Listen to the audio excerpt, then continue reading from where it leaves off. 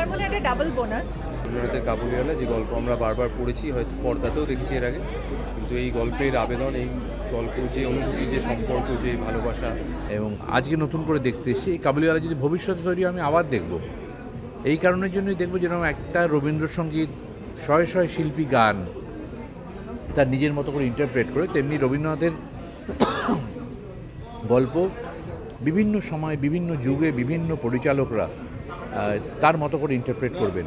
কাজে আমি খুবই আগ্রহী এবং সুমন একজন খুব সেন্সিটিভ মানুষ। রবীন্দ্রনাথের কাবুলিওয়ালা যে গল্প আমরা বারবার পড়েছি, হয়তো পর্দাতেও দেখেছি এর আগে, কিন্তু এই গল্পের আবেদন, এই গল্প যে অনুভূতি, যে সম্পর্ক, যে ভালোবাসা কথা বলে, তার কোনো সময় দেশ হয় না। বারবারই এই কথাগুলো বিশেষ করে আজকের দিনে দাঁড়িয়ে আরও বেশি প্রয়োজন, যেটা আমাদের পরিচালক সুমনদাও বলেছেন।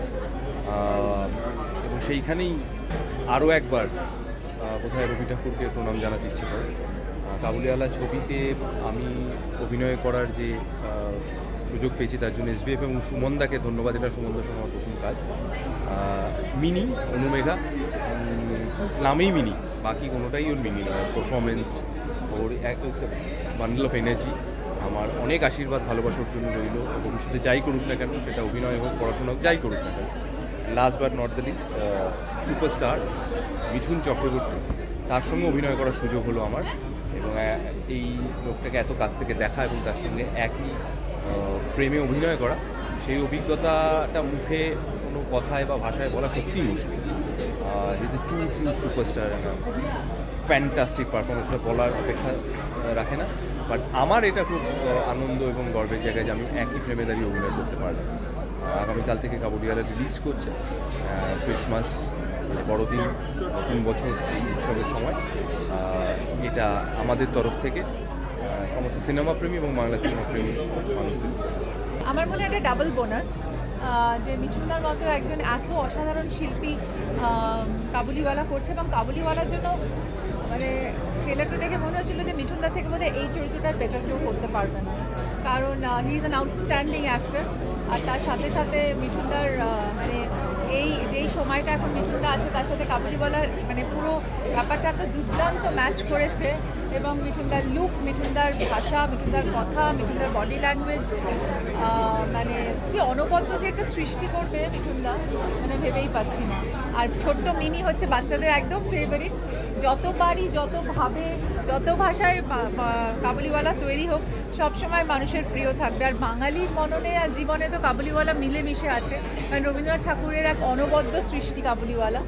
এবং এর আগেও যখন ছবি বিশ্বাস করেছিলেন, ঠিক এরকমই বিভৎস মানে মানুষের মানে মনকে কেড়েছিলেন উনি। তো এখানেও আমার মনে হয় মিঠুনদার এই কাবুলিওয়ালা করাটা একটা দারুণ ব্যাপার। আর সুমন ঘোষ আমাদের খুব প্রিয় পরিচালক। ওনার সাথে এখন আমার একটা ছবিও চলছে, পুরাতন, যেটা শুটিং চলছে। আই থিঙ্ক কাবুলিওয়ালা নিশ্চয়ই মানুষের মনে গভীর দাগ কাটবে। আর কাবুলিওয়ালার মধ্যে যে সেন্টিমেন্ট, ভালোবাসা, যে ছোট মানে বাচ্চা বয়সের যে ইনোসেন্স, সেগুলো এত সুন্দর আছে। এসবিএফকে ধন্যবাদ যে কাবুলিওয়ালা আবার ফিরিয়ে আনার জন্য।